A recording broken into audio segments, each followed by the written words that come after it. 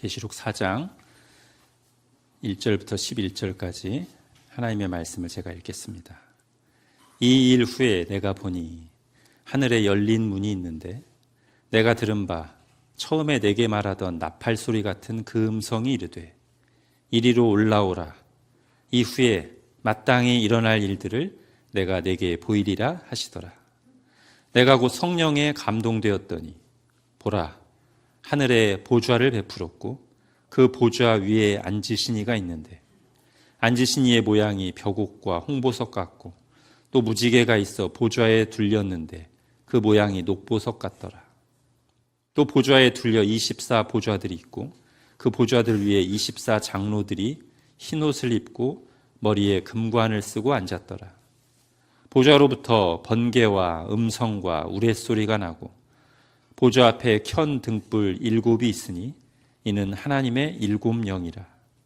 보좌 앞에 수종과 같은 유리바다가 있고 보좌 가운데와 보좌 주위에 4 생물이 있는데 앞뒤에 눈들이 가득하더라.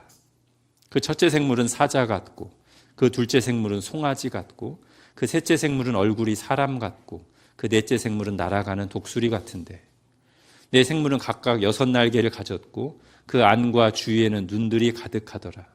그들이 밤낮 쉬지 않고 이르기를 거룩하다 거룩하다 거룩하다 주 하나님 곧 전능하시니여 전에도 계셨고 이제도 계시고 장차 오실 이시라 하고 그 생물들이 보좌에 앉으사 세세토록 살아계신 이에게 영광과 존귀와 감사를 돌릴 때 24 장로들이 보좌에 앉으신 이 앞에 엎드려 세세토록 살아계신 이에게 경배하고 자기의 관을 보좌 앞에 드리며 이르되 우리 주 하나님이여 영광과 존귀와 권능을 받으시는 것이 합당하오니 주께서 만물을 지으신지라 만물이 주의 뜻대로 있었고 또 지으심을 받았나이다 하더라. 아멘. 요한계시록을 2 부분으로 나눈다면 지난번까지 봤던 1장부터 3장까지가 파트 1, 그리고 오늘부터 보는 4장 이후 나머지를 파트 2라고 할 수 있습니다. 왜냐하면 우리가 요한계시록이라고 하면 떠올리는 이 묵시, 즉 장엄한 우주적인 환상이 오늘 4장부터 본격적으로 나오기 때문입니다. 자, 이런 묵시를 대할 때 우리가 어떤 자세면 좋을까요? 당연히 하나님의 말씀으로 대해야 될 텐데 묵시는 보여주는 거거든요. 강렬한 이미지로 보여주는 겁니다. 그러니까 우리도 그런 자세로 마음속에 이 말씀의 뿌리를 둔 거룩한 상상을 하면서 이미지를 떠올리고 지금 이런 환상이, 이런 이미지가, 이런 장엄한 영상이 하나님의 뜻 가운데 내 앞에 다 이렇게 펼쳐지고 있다라는 생각을 하면서 말씀을 대하면 좋을 것 같아요. 그러니까 요즘 시중에 떠도는 근거 없는 직통계시나 예언 이런 거 가까이 가지도 마시고 성경에 나오는 이 확실한 계시를 보면서 우리의 계시 의존적인 상상력을 발휘해서 말씀을 대하면 좋겠습니다. 자, 이런 말로 시작됩니다. 1절 보십시오. 이 일 후에 내가 보니 하늘에 열린 문이 있는데 내가 들은 바 처음에 내게 말하던 나팔 소리 같은 그 음성이 이르되 이리로 올라오라. 이후에 마땅히 일어날 일들을 내가 내게 보이리라 하시더라. 자, 하늘에 열린 문이 있다고 합니다. 여러분 상상해 보세요. 하늘이 보이는데 문이 활짝 열려 있어요. 닫혀 있지 않고. 자, 빌라델비아 교회에게 하셨던 말씀이 생각나지 않습니까? 열면 닫을 사람이 없고 닫으면 열 사람이 없는 열쇠를 가지신 주님께서 교회에게 말씀하셨습니다. 계시록 3장 8절 핸드아웃에도 있습니다. 볼지어다 내가 네 앞에 열린 문을 두었으되 능히 닫을 사람이 없으리라. 내가 네 행위를 아노니 네가 작은 능력을 가지고서도 내 말을 지키며 내 이름을 배반하지 아니하였도다. 자, 작은 능력을 가지고도 연약한데도 고군분투하며 예수님에 대한 믿음을 지켰던 이 교회를 위로하고 격려하시면서 주셨던 말씀이에요. 내가 네 앞에 열린 문을 두었다. 문을 활짝 열어두었고 아무도 닫지 못할 것이다. 무슨 뜻입니까? 주님께서 그들에게 구원을 주셨고 계속해서 은혜를 베푸신다는 것을 비유적으로 말씀하신 건데요. 오늘 요한은 그 말씀과 같은 상황을 이제 환상을 통해 시각적으로 보고 있습니다. 요한 자신도 예수님을 전하다가 반모섬에 유배되어 있잖아요. 그리고 당시 교회는 로마 제국의 박해 아래 있잖아요.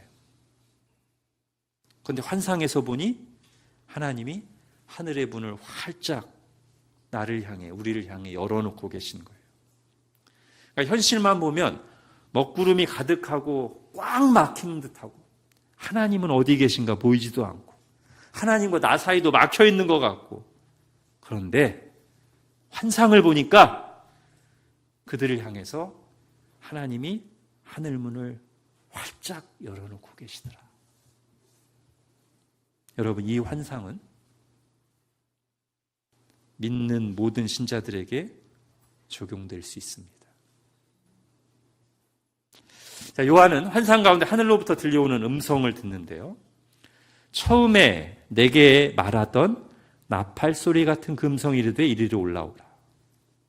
자, 처음에 내게 말하던 그 나팔 소리 같은 음성은 1장에 나옵니다. 누군가 요한을 뒤에서 부르시면서 7 교회를 향해 편지를 써보내라 했던 음성이죠. 그래서 요한이 그 음성을 듣고 뒤를 돌아봤더니 거기에 누가 계셨어요? 예수 그리스도께서 영광스러운 모습으로 서 계셨습니다. 그러니까 지금 하늘로부터 들려오는 그 음성은 바로 예수 그리스도의 음성이죠. 주님께서 이후에 마땅히 일어날 일을 보여주시겠다고 하면서 그를 하늘로 부르십니다. 요한은 성령님께 감화돼서 이 순간부터 이제 하늘 성전을 보게 됩니다. 자, 본문에 성전이란 말이 나오지 않지만 하늘 성전이라고 표현하는 이유가 있는데요. 자, 오늘 본문도 그렇고 이제 이어지는 5장 이후의 본문들을 봐도 자, 이 하늘의 환상은 구약 시대의 성전을 연상시키는 이미지들이 계속 나옵니다. 여러분 일단 5절을 보십시오. 보좌 앞에 켠 등불 7이 있죠? 자, 구약 시대의 성전, 지성소 앞에 보면 성소에 뭐가 있어요? 7 등잔불이 있습니다. 또 6절에 보면 보좌 앞에 수정과 같은 유리바다가 있다고 되어 있는데요. 솔로몬 성전에 보면 놋을 부어서 만든 큰 놋대야가 있는데 그걸 역대하에서 뭐라고 부르냐면 바다라고 부릅니다. 또 6장에 보면 6장 이후로 제단이란 말이 여러 번 나와요. 제단은 또 어디 있는 거예요? 성전에 있죠. 제물을 바치는 제단이 있잖아요. 그리고 사실 조금 더 뒤로 가면 아예 성전이라는 말이 분명하게 나옵니다. 여러분 핸드아웃에 계시록 11장 19절 보십시오.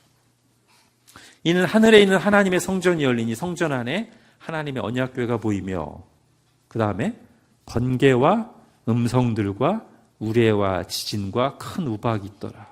오늘 5절에도 보면 보좌로부터 번개와 음성과 우레 소리가 나죠. 사실은 꼭 이런 설명이 없더라도 궁극적으로 하나님이 계신 곳을 성전이라고 할 수 있을 것입니다. 자, 요한은 지금 성령님께 감화돼서 환상 속에서 하나님의 보좌가 있는 하늘 또는 하늘 성전을 보고 있습니다. 자, 그런데 환상에서 본 이 하늘 성전이 실제 모습일까요? 하나님이 보좌에 앉아 계시고 그 보좌를 둘러서 24 장로들이 또 앉아 있고 얼굴은 각각 사자, 송아지, 독수리, 사람 같고 몸통에 수많은 눈들을 가진 네 생물, 크리처들이 있습니다. 이게 실제 모습일까? 자, 앞으로 계속 보게 될 요한계시록의 환상을 오해하는 일이 없도록 다시 한번 분명히 하고 갈 게 있습니다. 환상에 나오는 모습은 실제 모습이 아닐 뿐더러 실제 모습과 닮지도 않았습니다. 상징이에요. 상징적인 이미지예요. 아주 중요한 예를 들어보면 4장과 5장은 이제 연결된 본문인데요. 사실은 5장에 보면 여러분 보세요. 본문에 핸드아웃에 없습니다. 바로 옆에 5장이 있으니까 5장 6절 보십시오. 내가 또 보니 보좌와 네 생물과 장로들 사이에 한 어린 양이 서 있는데 일찍이 죽임을 당한 것 같더라. 그에게 7뿔과 7눈이 있으니 라고 나옵니다. 자, 7뿔과 7눈을 가진 이런 양은 이 세상에도 없고 천국에도 없습니다. 실제 모습이 아니라 어떤 메시지를 전달하기 위한 상징적인 이미지예요. 실체는 누굽니까? 이 어린 양이? 우리 다 알죠? 예수 그리스도예요. 그런데 왜 예수 그리스도를 이런 모습으로 표현했어요? 예수님이 어떤 일을 하셨고 어떤 분이라는 걸 알리기 위해서, 그죠? 여기 보면 죽임을 당한 것 같은 어린 양. 예수님이 우리를 위해서 어린 양처럼 대속의 제물이 되셨다는 것을 보여주기 위해서. 그러나 지금은 7개의 뿔을 가진 강력한 권세를 가지신 분이라는 것을 보여주기 위해서 이런 상징적인 이미지로 보여주신 거란 말이에요. 실제 모습은 닮지도 않았어요.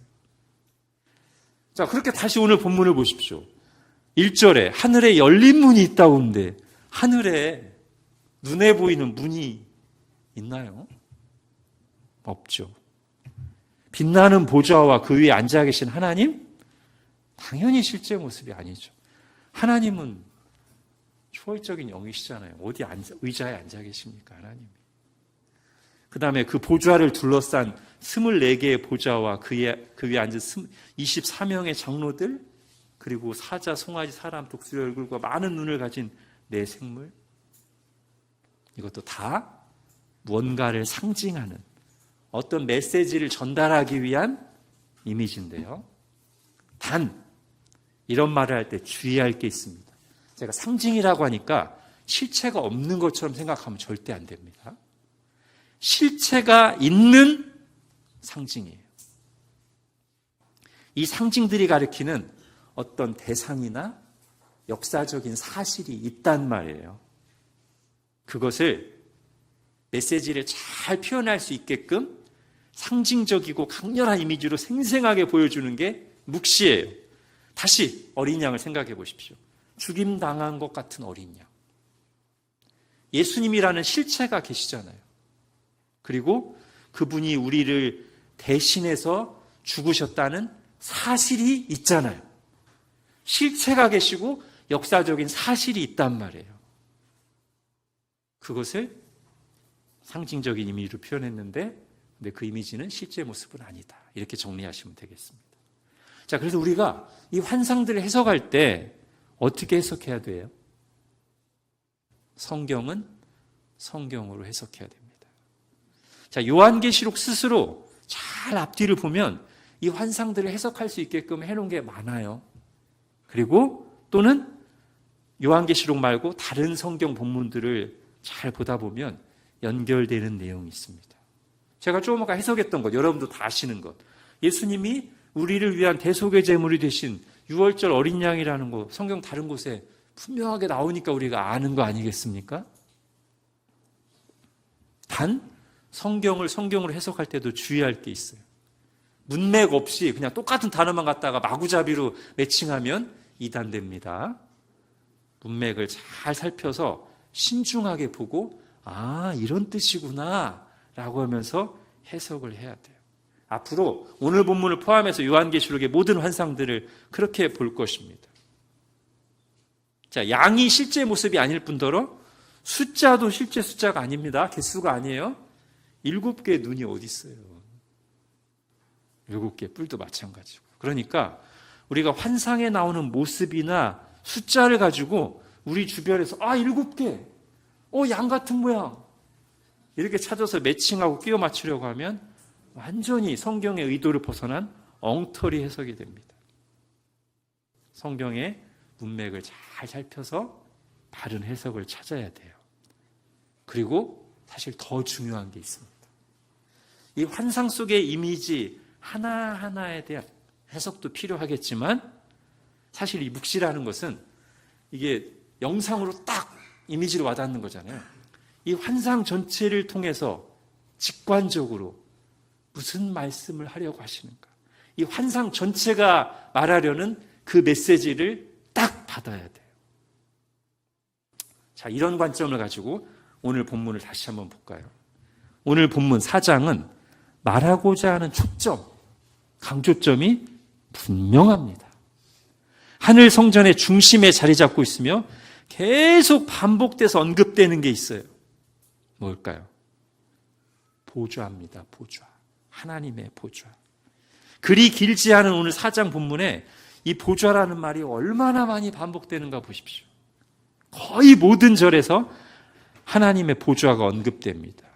2절, 3절, 4절, 5절, 6절, 9절, 10절 계속 보좌가 나와요. 그리고 이 보좌에 대한 언급이 처음 나오는 2절을 다시 주의 깊게 보십시오. 우리의 시선을 어디로 향하게 하려는지를 분명하게 읽을 수 있습니다. 2절 같이 읽겠습니다. 시작. 내가 곧 성령에 감동되었더니 보라! 하늘에 보좌를 베풀었고 그 보좌 위에 앉으신 이가 있는데 보라! 하늘에 보좌가 있다. 여러분, 보좌가 뭘 상징하는지는 어렵지 않죠? 보좌는 다른 말로 하면 왕좌. 왕이 좌정하고 계시며 거기서 통치하는 자리가 보좌잖아요. 즉, 이 환상이 전체적으로 보여주려는 건 뭐냐면 하나님이 왕이라는 겁니다. 지금 이 순간 하늘에서 모든 우주 만물과 세상을 다스리시는 분이 하나님이시다라는 것을 강렬하게 딱 보자마자 보라! 여러분들 머릿속에 한번 거룩한 상상을 해보세요. 보라고 하면서 우리의 시선을 거기로 향하게 하려는 겁니다. 땅을 바라보던 우리의 시선, 자기를 바라보던 우리의 시선, 세상을 크게 보던 우리의 시선을 들어 하늘 보좌에서 온 세상과 나를 포함한 모든 인생들을 다스리시는 하나님을 보라. 이렇게 말할 수도 있겠습니다. 중심 이동을 지금 요구하는 거예요. 로마 제국이 세상의 중심이 아니다. 하나님이 중심이다. 하나님 나라가 역사의 중심이다. 내가 세상의 중심이 아니다. 하나님이 중심이다. 자, 나머지 환상 속에 나오는 모든 존재들은 한결같이 이 중심에 있는 하나님의 보좌, 즉 하나님을 둘러싸고 하나님을 향하고 있습니다. 가장 가까이에 네 생물이 있고요. 그 둘레로 24 장로들이 있고요. 5장에 보면 또 그 둘레로 천사들이 있습니다. 자, 순서대로 해석을 해볼게요. 자, 4절 같이 읽겠습니다. 시작. 또 보좌에 둘려 24 보좌들이 있고 그 보좌들 위에 24 장로들이 흰옷을 입고 머리에 금관을 쓰고 앉았더라. 자, 24 장로가 누구일까요? 자, 여기 나와 있는 하나도 빠뜨릴 수 없는 요소들이 있어요. 흰옷, 금관 또는 금면류관, 보좌에 앉아있다는 사실, 24명이라는 것, 그리고 장로라는 호칭. 이 5가지가 다 일관되게 가리키는 게 있습니다. 자, 흰옷. 흰옷 뭐죠? 여러분, 요한계시록에서 흰옷의 이미지는 아주 확실합니다. 승리한 신자들의 거룩한 모습을 상징하는 거거든요. 앞에 편지에서도 나왔었어요. 여러분, 핸드아웃에 계시록 3장 5절 보십시오. 이기는 자는 이와 같이 흰옷을 입을 것이요 내가 그 이름을 생명책에서 결코 지우지 아니하고. 자, 복습 한번 해보겠습니다. 제가 7교회 하는 동안 이 7교회 보낸 편지 끝부분마다 계속 나오는 표현이 있죠. 이기는 자는, 그죠? 그럼 제가 그 이기는 자가 누구인지 거듭 분명하게 말씀드렸습니다. 어떤 특별한 사람이 아니라 이기는 자는 모든 참된 신자라고 말씀드렸죠. 오늘 인용한 3장 5절도 보세요. 그 이름을 생명책에서 지우지 않는다. 생명책에 이름이 기록된 사람이 누구예요? 구원받은 모든 신자들이잖아요. 그런데 그 이기는 자에게 자가 뭐를 입을 것이다? 흰옷을 입을 것이다. 모든 참된 신자들이 흰옷을 입을 거라고 말했잖아요. 자, 7장 9절도 보십시오. 핸드아웃 7장 9절. 이 일 후에 내가 보니 각 나라와 족속과 백성과 방언에서 아무도 능히 셀 수 없는 큰 물이 누구예요? 모든 민족 가운데 구원받은 하나님의 백성들. 이들이 뭐를 입고? 흰옷을 입고 보좌 앞에 서 있어요. 그죠? 오늘하고 비슷하네요. 숫자만 다를 뿐. 자, 그 다음에 금관 또는 금면류관. 여러분, 면류관도 누가 써요? 성경에 보면 승리한 신자들에게 약속된 영광을 상징하는 게 뭐냐면 면류관이잖아요. 디모데후서 4장 8절 같이 읽어보겠습니다. 시작. 이제후로는 나를 위하여 의의 면류관이 예비되었으므로 주 곧 의로우신 재판장이 그날에 내게 주실 것이며 내게만 아니라 주의 나타나심을 사모하는 모든 자에게도니라. 여기도 마찬가지. 마지막 부분. 주의 나타나심을 사모하는 모든 자. 누구예요? 모든 참된 신자들. 그들에게 뭐를 주신다? 면류관을 주신다. 여러분, 계시록 3장 11절에도 보면 주님께서 빌라델비아 교회를 격려하시면서 내가 올 때까지 네가 가진 것을 굳게 잡아 아무도 네 면류관을 빼앗지 못하게 하라고 하십니다. 자, 면류관도 모든 신자에게 주시는 거고요. 그 다음 하나님 보좌 곁에 지금 어디에 앉아 있어요? 보좌에 앉아 있죠. 여러분, 성경은 장차 신자들이 예수 그리스도와 함께 보좌에 앉아 왕노릇 할 것이다 라는 사실을 여러 곳에서 말합니다. 당장 바로 앞에 본문, 우리 지난번에 봤던 라오디게아 교회에게 주시는 말씀 보세요.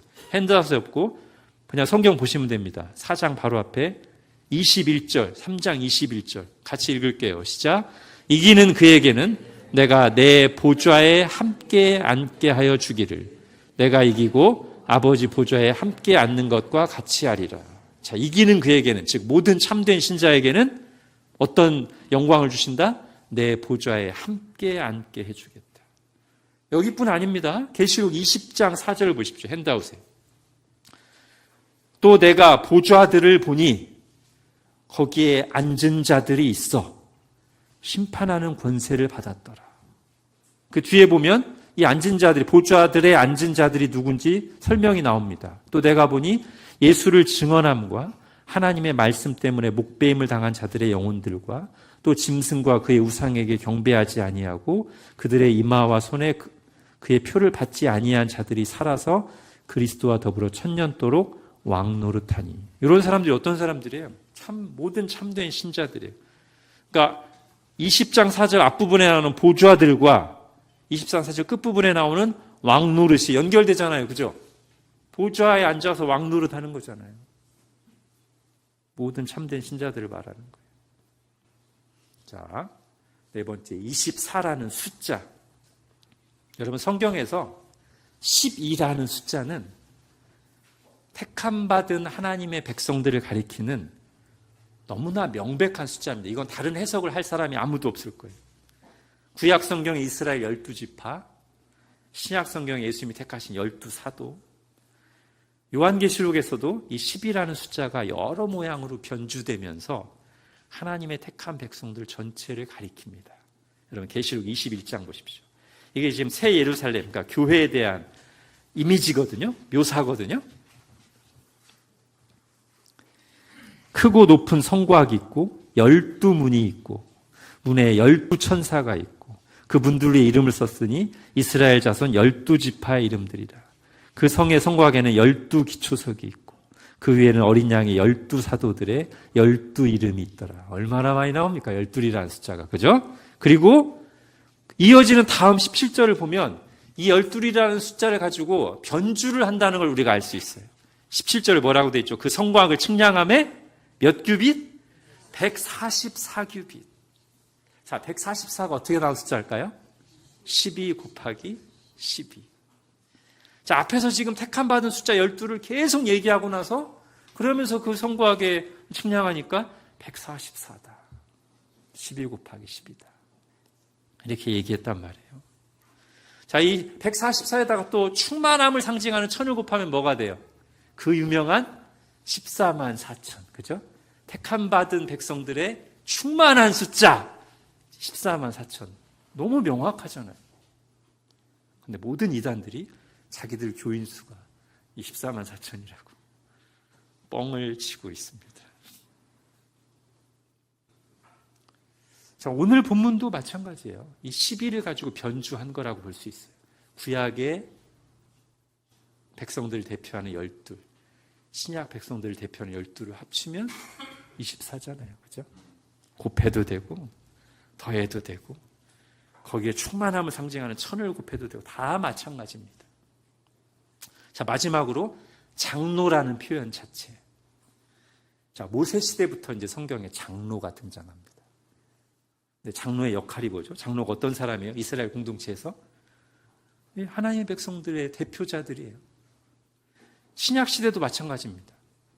교회를 대표하는 역할을 하는 사람들이 장로입니다. 정리할게요. 이상을 종합해보면 오늘 본문에 나오는 거룩한 흰옷을 입고 머리에 영광의 금 연류관을 쓰고 하나님 옆에 보좌에 앉은 24명의 장로들은 누구다? 신구약 시대 하나님의 백성들 전체를 대표하는, 상징하는 것이다. 자, 5절로 가보겠습니다. 5절에 보면 하나님의 7명이 나오는데요. 이건 간단히 하겠습니다. 왜냐하면 지난번에 한번 했죠. 요한계시록 1장에서 이미 7명이 나왔었습니다. 자, 하나님의 7명, 성령님입니다. 제가 아까 앞에서도 숫자에 너무 연연하지 말라고 했었어요. 숫자를 빼면 돼요.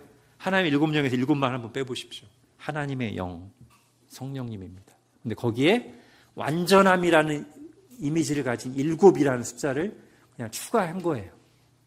완전하신 하나님의 영, 성령님입니다. 이건 이렇게 빠르게 넘어가고요. 이제 아마 제일 어렵다고 할 수 있는 내 생물. 6절부터 8절까지 나오는데 8절 앞부분까지 한번 같이 읽어보겠습니다. 시작. 보좌 앞에 수정과 같은 유리바다가 있고 보좌 가운데와 보좌 주위에 네 생물이 있는데 앞뒤에 눈들이 가득하더라. 그 첫째 생물은 사자 같고 그 둘째 생물은 송아지 같고 그 셋째 생물은 얼굴이 사람 같고 그 넷째 생물은 날아가는 독수리 같은데 네 생물은 각각 6날개를 가졌고 그 안과 주위에는 눈들이 가득하더라. 여기까지요. 희한하게 생겼습니다. 자, 근데 이 환상이 거의 똑같은 환상이 이미 몇백 년 전에 포로 시대에 포로지에서 활동했던 선지자 에스겔에게도 하나님이 보여주셨습니다. 에스겔은 주로 성전의 환상을 봤는데요. 거기에 네 생물이 등장합니다. 여러분 핸드아웃에 에스겔 1장을 보십시오. 오늘 본문과 비교하면서 들으십시오. 제가 읽겠습니다. 그 속에서 네 생물의 형상이 나타나는데 그들의 모양이 이러하니 그들에게 사람의 형상이 있더라. 그들에게 각각 네 얼굴과 네 날개가 있고 그 얼굴들의 모양은 넷의 앞은 사람의 얼굴이요 넷의 오른쪽은 사자의 얼굴이요 넷의 왼쪽은 소의 얼굴이요 넷의 뒤는 독수리의 얼굴이니 내가 그 생물들을 보니 그 생물들 곁에 있는 땅 위에는 바퀴가 있는데 그 네 얼굴을 따라 하나씩 있고 그 둘레는 높고 무서우며 그 네 둘레로 돌아가면서 눈이 가득하며. 여러분 어때요? 거의 똑같죠? 제가 공통점과 차이점을 한번 정리해 보겠습니다. 공통점, 일단 내 생물이라는 명칭이 똑같죠. 내 생물. 그리고 하나님 보좌 가까이 있습니다. 그리고 날개들이 있습니다. 그리고 얼굴이 네 종류의 얼굴이 나오는데 똑같아요. 사자, 소, 독수리, 사람. 그리고 많은 눈이 있습니다. 거의 똑같아요. 근데 자세히 보면 은근히 다른 것들이 있어요. 첫 번째, 날개 숫자가 달라요. 요한계시록에 나오는 네 생물은 날개가 6개입니다. 에스겔은 날개가 4개입니다. 그리고 요한계시록에는 네 생물이 각각 하나의 얼굴을 가지고 있어요. 이 생물은 사자의 얼굴, 이 생물은 송아지, 독수리, 사람 이렇게 되어 있는데 에스겔은 한 생물마다 얼굴이 4개씩 있어요. 그래서 한쪽은 내 얼굴에 한쪽은 사자, 송아지, 독수리, 사람 이렇게 되어 있단 말이에요. 다르죠 많이? 자, 또 하나 요한계시록에는 생물만 나와요. 그리고 그 생물의 눈들이 가득합니다. 그런데 에스겔에 보면 네 생물이 있고요. 그 생물마다 옆에 바퀴가 하나씩 있어요. 움직이는 바퀴. 그리고 눈이 어디 있냐면 생물에 있는 게 아니라 바퀴에 눈들이 가득합니다. 자, 어때요? 처음에 내 생물이라고 해서 똑같은 걸로 봤는데 은근히 많이 다르네? 왜 그럴까요? 답은 명확합니다. 실제 모양이 아니고 어떤 메시지를 전달하기 위한, 의미를 표현하기 위한 상징적인 이미지니까 달라도 됩니다. 메시지만 전하면 돼요. 똑같을 필요 없어요. 그리고 이 두 환상, 비슷한 것 같지만 조금씩 다른 이 다름이야말로 환상을 우리가 어떻게 바라봐야 될지에 대한 힌트가 됩니다. 이건 실제 모습이 아니니까 이 내 생물이 이렇게 생겼다 아니라니까요. 의미를 전달하기 위한 장치들을 넣을 수도 있고 뺄 수도 있어요. 다시 한번 어린 양을 제가 얘기해 보겠습니다. 만약에 어린 양을 보여주면서 대속제물이라는 것만 강조하고 싶으면 죽임당한 것 같은 어린 양만 보여줘도 충분합니다. 뿔과 눈 없어도 돼요. 그죠? 근데 굳이 엄청난 권세를 가지신 분이라는 메시지를 추구하고 싶으면 그 어린 양에 뭐도 있으면 돼요? 뿔을 만들면 돼요. 7개의 뿔. 또는 완전 수인 7을 넣어서 7개의 뿔을 해도 되지만 엄청난 권세를 가졌다는 뜻으로 하나의 큰 뿔로 이미지를 만들어도 아무 상관이 없어요. 자, 에스겔 10장에서는 이 네 생물을 가리켜 그룹이라고 말합니다. 자, 그룹이 뭐냐면 성경에서 그룹이 자세히 나오진 않아요. 자, 소그룹 할 때 그룹 아닙니다. 히브리어로 케루브예요. 케루브. 천사의 한 종류로 그냥 이해하시면 되겠어요. 그리고 이 그룹이 어디 나오냐면 성전 지성소에 보면 언약궤가 있고 그 위에 속죄소가 있어요. 그 언약궤에서 속죄소를 덮고 있는 두 날개를 펴고 있는 그걸 뭐라고 말하냐면 그룹이라고 그래요. 그건 이제 형상화된 거죠. 자, 에스겔 10장에서는 하나님의 영광이 우상숭배와 온갖 죄로 더럽혀진 예루살렘 성전을 떠나는 과정에서 이 네 생물을 그룹이라고 표현한단 말이에요. 뭘 말하려는 걸까요? 아까 제가 이 그룹이 성소에 있다고 했잖아요. 그러니까 네 생물을 그룹하고 매칭시킴으로써 하나님의 영광이 지금 성전을 떠나고 있다는 걸 더 확실하게 보여주는 거예요. 근데 네 생물, 이꼴, 그룹, 1대1 매칭이라고 하기에는 에스겔의 환상이든 오늘 본문에 나오는 환상이든 간에 더 많은 메시지를 담고 있는 것이 거의 분명해 보입니다. 일단 내 얼굴들 한번 보세요. 그리고 많은 눈. 이건 단지 이 네 생물이 그룹이라는 것을 표현하는 것으로는 다 설명이 안 됩니다. 그리고 아까 제가 말씀드렸죠. 에스겔 환상에서는 눈이 어디 있어요? 그룹에 있지 않고 바퀴에 있다고 했잖아요. 이 바퀴에 눈이 달린 것을 통해서 전하려는 메시지가 있었을 거란 말이에요. 이 네 생물과 상관없이. 그런데 요한계시록에서는 합쳐버렸잖아요. 바퀴 없애버리고 눈을 내 생물에게 옮겼잖아요. 그러니까 눈이 가진 메시지를 또 찾는 거예요. 그냥 이 내 생물은 그룹이야 하고 끝나면 안 되고. 자, 먼저 호칭을 볼게요. 내 생물이라고 했습니다. 생물. 왜 생물이라고 했을까? 그리고 아주 디테일하게 내 얼굴도 나와요. 사자, 송아지, 독수리, 사람. 뭘 말하려는 걸까요? 저는 이렇게 해석합니다. 자, 생물이라는 표현이 성경에 많이 나오는데 성경에서 제일 처음 이 생물이라는 표현이 나오면서 오늘과 가장 비슷한 방식으로 나오는 곳이 어디냐? 창세기 1장입니다. 창세기 1장에 하나님께서 날짜마다 막 창조하시잖아요. 그러면서 모든 생물을 그 종류대로 할 때 그 생물이 오늘 본문의 생물하고 똑같은 단어입니다. 생물. 그러면서 모든 생물을 그 종류대로 창조할 때 새, 물고기, 육상 짐승들, 가축들 그럴 때 모든 생물을 각 종류대로 이렇게 말씀하신단 말이에요. 그렇게 보니까 여기 나와 있는 이 사자, 송아지, 독수리, 사람이 각각 아까 종류대로 창조된 그 카테고리를 대표하는 것으로 거의 확실해 보입니다.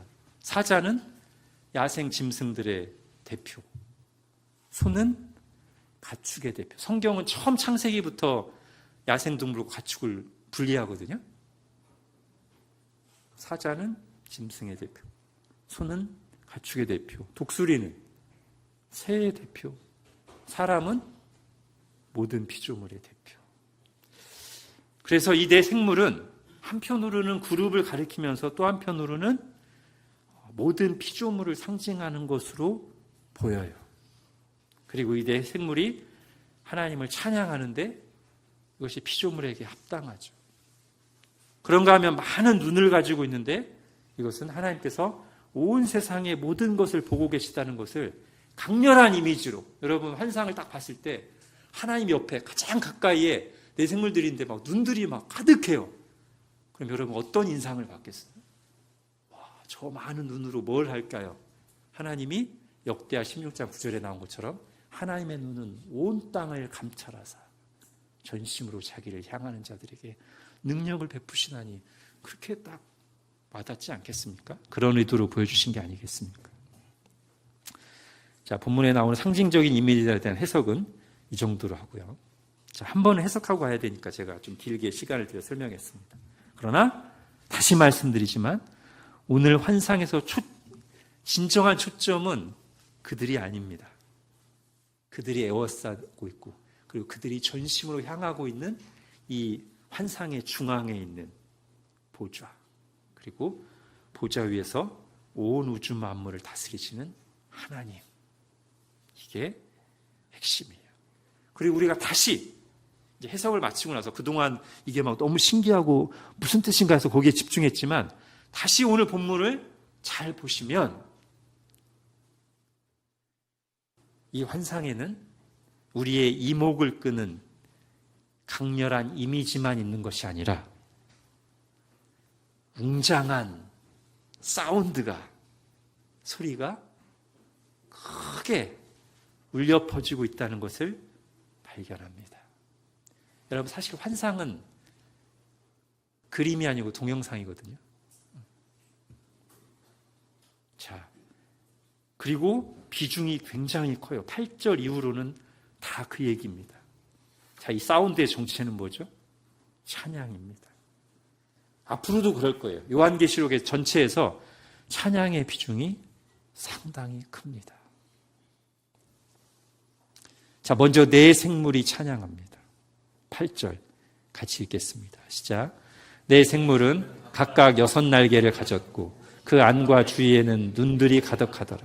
그들이 밤낮 쉬지 않고 이르기를 거룩하다, 거룩하다, 거룩하다.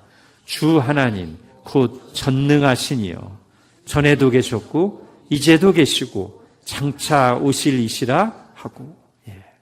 이 네 생물은, 자, 이제 4장 5장의 찬양이 이제 여러 번 나오는데 찬양의 주제가 조금씩 달라요. 내 생물은 그냥 하나님 존재 자체를 찬양합니다. 하나님의 거룩하심, 하나님의 전능하심, 하나님의 초월적이고 영원하심을 찬양합니다. 자, 이어서 장로들이, 24장로들이 찬양하는데, 이 장로들의 찬양 내용은 뭔지 보시죠. 11절 같이 읽겠습니다. 시작. 우리 주 하나님이여, 영광과 존귀와 권능을 받으시는 것이 합당하오니 주께서 만물을 지으신지라. 만물이 주의 뜻대로 있었고 또 지으심을 받았나이다. 자, 24장로는 뭘 찬양합니까? 하나님이 하신 일을 찬양하는데 특별히 창조에 초점이 맞춰져 있습니다. 창조주 하나님을 또는 하나님의 창조의 역사를 찬양하고 있습니다. 찬양할 만하지 않습니까? 여러분, 우리가 하나님을 찬양해야 될 가장 큰 이유는 하나님 자신에게 있습니다. 거룩하심, 전능하심, 영원하심, 그리고 창조. 여러분, 찬양은 다른 말로 하면 칭찬이거든요. 높이는 거예요. 사람들이 BTS의 공연을 보면서 막 환호하고 막 찬양합니다. 소방관의 영웅적인 행동이나 어떤 예술가나 스타의 탁월한 퍼포먼스를 보면서 감동을 받으며 막 찬양합니다. 또는 광활한 산과 협곡, 온 세상을 하얗게 덮은 눈과 밤하늘에 영롱하게 빛나는 달과 별을 보면서도 감탄하며 찬사를 쏟아냅니다. 이게 다 찬양입니다. 이런 찬양도 해야 됩니다. 좋은 것, 탁월한 것을 보고도 아무 감각이 없으면 정서적으로 건강한 상태가 아닙니다. 탁월한 걸 보면 와 해야 돼요. 그런데 여러분, 이걸 정말 누구에게 가장 크게 가장 높이 돌리는 게 마땅할까요? 이 모든 것을 창조하신 하나님께 찬양을 돌리는 것이 마땅하지 않겠습니까? 연약한 인간을 보고도 그들의 작은 작품과 퍼포먼스를 보면서도 감탄하고 찬사를 보낸다면 거룩하시고 전능하시고 영원하신 하나님과 그가 하신 이 창조와 구원의 놀라운 일들을 보면서 찬양과 영광을 돌림이 당연하지 않겠습니까? 그리고 그때 우리는 가수나 스타 플레이어나 또는 광활한 산과 바다를 보고 찬양할 때보다 비교할 수 없이 하나님을 찬양할 때 우리 속에 훨씬 큰 전율과 기쁨이 있을 것입니다. 하나님을 안다면, 하나님의 임재를 느낀다면 우리 주는 위대하시며 능력이 많으시도다. 그의 지혜 무궁하며 인자가 영원하도다. 오늘도 우리 찬양 불렀죠. 자, 오늘 본문은 그런 일들이 온전하게 이루어지고 있는 하늘의 환상을 보여주고 있습니다. 여러분, 하나님을 찬양하지 않는 이유는 크게 두 가지예요. 하나는 세상의 만연한 악 때문에, 마치 우리가 그랜드 캐년이나 장가게 앞에 섰을 때 그게 제대로 딱 보이면 와 하고 자연스럽게 찬양이 나올 텐데 구름이나 짙은 황사가 그걸 다 가리고 있으면 그랜드 캐년과 장가게 영광이 가려서 안 보이잖아요. 찬양이 잘 안 나오겠죠, 그죠? 이게 첫 번째 이유고요. 세상에 만연한 악과 고통과 부조리. 또 하나는 구름과 황사는 없어요. 그랜드 캐년, 장가게 장관이 다 보여. 근데 내 마음이 어두우면 앞에 그게 얼마나 있어도 찬양이 잘 안 나와요. 그죠? 우리도 마찬가지. 아무 문제 없어요. 너무 평안해. 잘 모든 일이 좋아요. 그래도 영적으로 마음이 어두우면, 교만하면, 자기가 세상의 중심인 줄 알면 절대 하나님 찬양하지 않습니다. 자기를 찬양하죠. 감사하지 않고. 자, 그런데 오늘 하나님이 보여주시는 이 환상 속의 하늘 성전의 모습은 어때요? 바로 그런 악한 것들이 전혀 없고 모든 교만이 사라져서, 그리고 하나님의 영광이 찬란하게 비춰서 마땅히 하나님께 드려져야 될 이 찬양으로 가득한 모습, 그야말로 천국의 모습을 보여주고 있습니다. 자, 그런데 이 환상 속에서 아까 제가 길게 자세히 해석을 했는데요.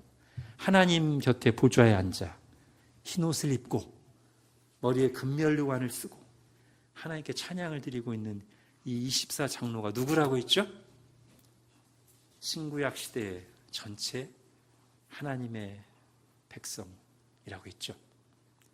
그렇다면 지금 요한이 보고 있는 이 환상, 그리고 요한과 함께 로마 제국의 박해 아래에서 신앙을 지키며 살아가고 있는 고난 중의 신자들이 지금 이 환상을 통해 보고 있는 게 뭘까요? 하나는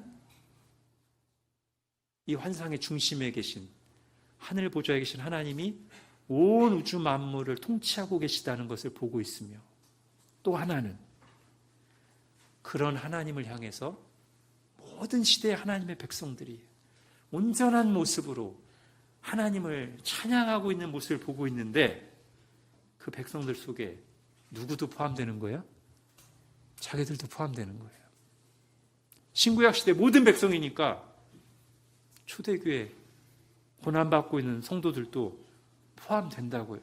즉 환상 속에서 하나님을 보고 그 하나님 앞에 서 있는, 흰옷을 입고 면류관을 쓰고 보좌에 앉아 하나님께 온전한 찬양을 드리고 있는 자기 자신들의 모습도 함께 보는 것입니다. 이것은 그들의 장래의 모습이자 그들이 진짜 누구인지를 보여주는 영상이에요. 세상에서는 그들을 막 그리스도인을 비하하고 무시하고 스스로도 우리 뭐야 초라하고 형편없다고 생각했지만 하늘 환상을 보니까 아 저게 나구나. 그래 저게 나의 진짜 정체성이지. 그리고 장차 저게 나의 영원한 모습이지. 제가 요한계시록 시작할 때 묵시, 즉 환상의 역할을 말씀드렸죠. 하나님이 묵시를 보여주신 이유, 비유와 설명하면서 예수님께서 이 땅에 계실 때 비유를 많이 말씀하셨는데, 비유의 이유는 뭐예요? 눈에 보이지 않는 하늘의 일, 영적인 세계를 우리가 잘 이해할 수 있도록 우리가 평소에 보는 일상의 일들과 사건, 씨 뿌리는 거, 고기 잡는 거, 일상의 것을 통해서 눈에 보이지 않는 영적 세계, 하늘의 일을 설명하는 게 비유라면, 묵시는 거꾸로 눈에 보이는 현실을 그게 전부인 줄 아는 우리에게 하나님의 관점에서 뭐가 진짜인지, 최후 승리가 누구의 것인지, 하나님은 누구 편인지를 다시 제대로 볼 수 있도록 우주적인 환상을 통해서 보여주시는 것이 묵시다. 아까 제가 에스겔에게 하나님이 성전 환상을 보여주셨다고 했죠.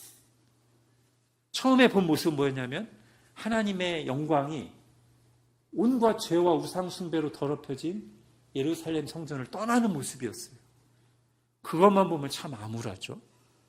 근데 여러분, 하나님께서 그 포로지에 끌려와 있는 에스겔에게 이 성전을 보여주신, 그 바퀴 달린 성전을 보여주신 중요한 이유가 또 있어요.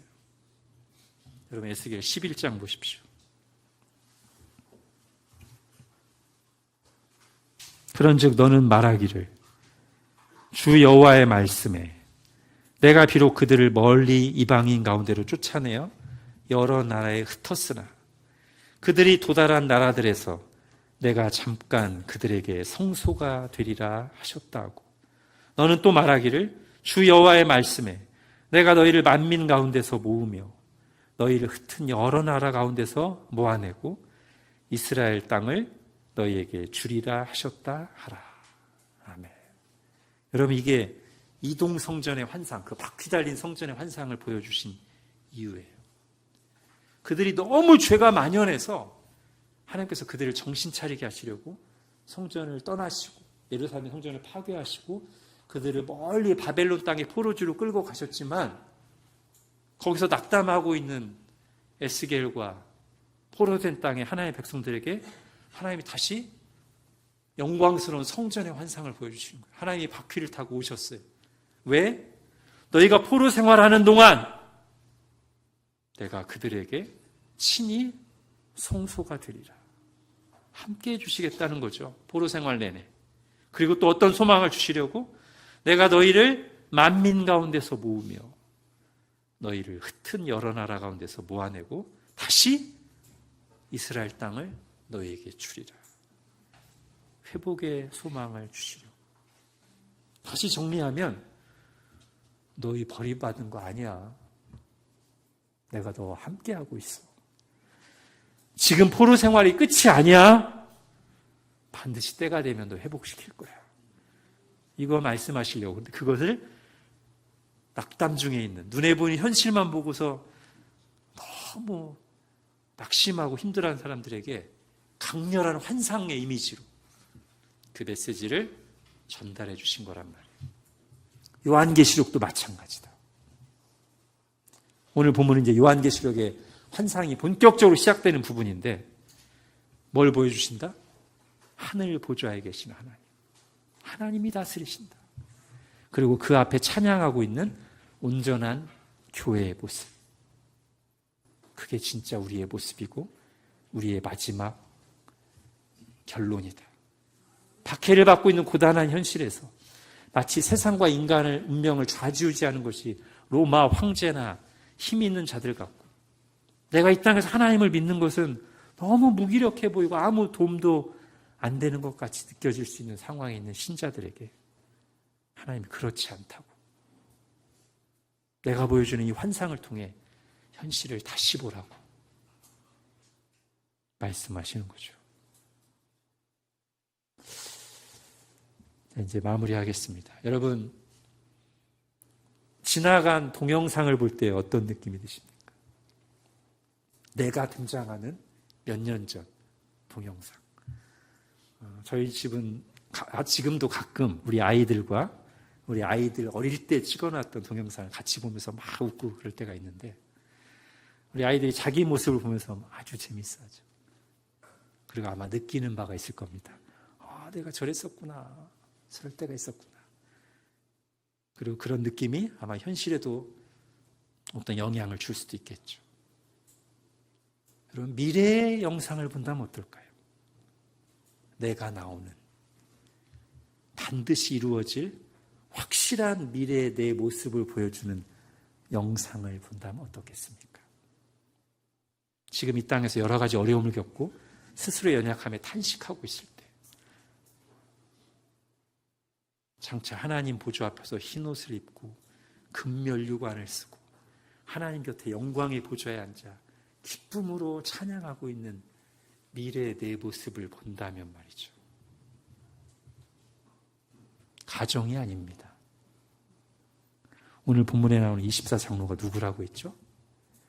모든 시대의 하나님의 백성. 그렇다면 이 요한계시록을 처음 받았던 요한과 초대교회 성도들뿐 아니라 이 24장로에는 누구도 포함되어 있는 거예요? 오늘 우리들도 포함되어 있습니다. 그게 우리의 진짜 모습이고 우리의 장래의 모습입니다. 즉 계시록의 환상은 오늘 이 땅에서 구원받고 하나님의 백성으로 살고 있는 바로 우리들이 등장하는 영상이라는 거예요. 앞으로도 우리는 요한계시록의 환상에서 하나님을 볼 것입니다. 보좌에 앉아서 온 우주 만물을 다스리시는 진짜 왕, 그리고 그분이 우리를 위해서 이미 하신 일도 볼 것이고 우리를 위해서 하실 일도 볼 것입니다. 그리고 그 영상을 잘 보면 거기에는 또 우리가 곳곳에 등장합니다. 하나님이 택한, 그리고 하나님께서 지키시는 우리의 모습들을, 그리고 우리의 최후 승리를 이 영상에서 계속 보게 될 것입니다.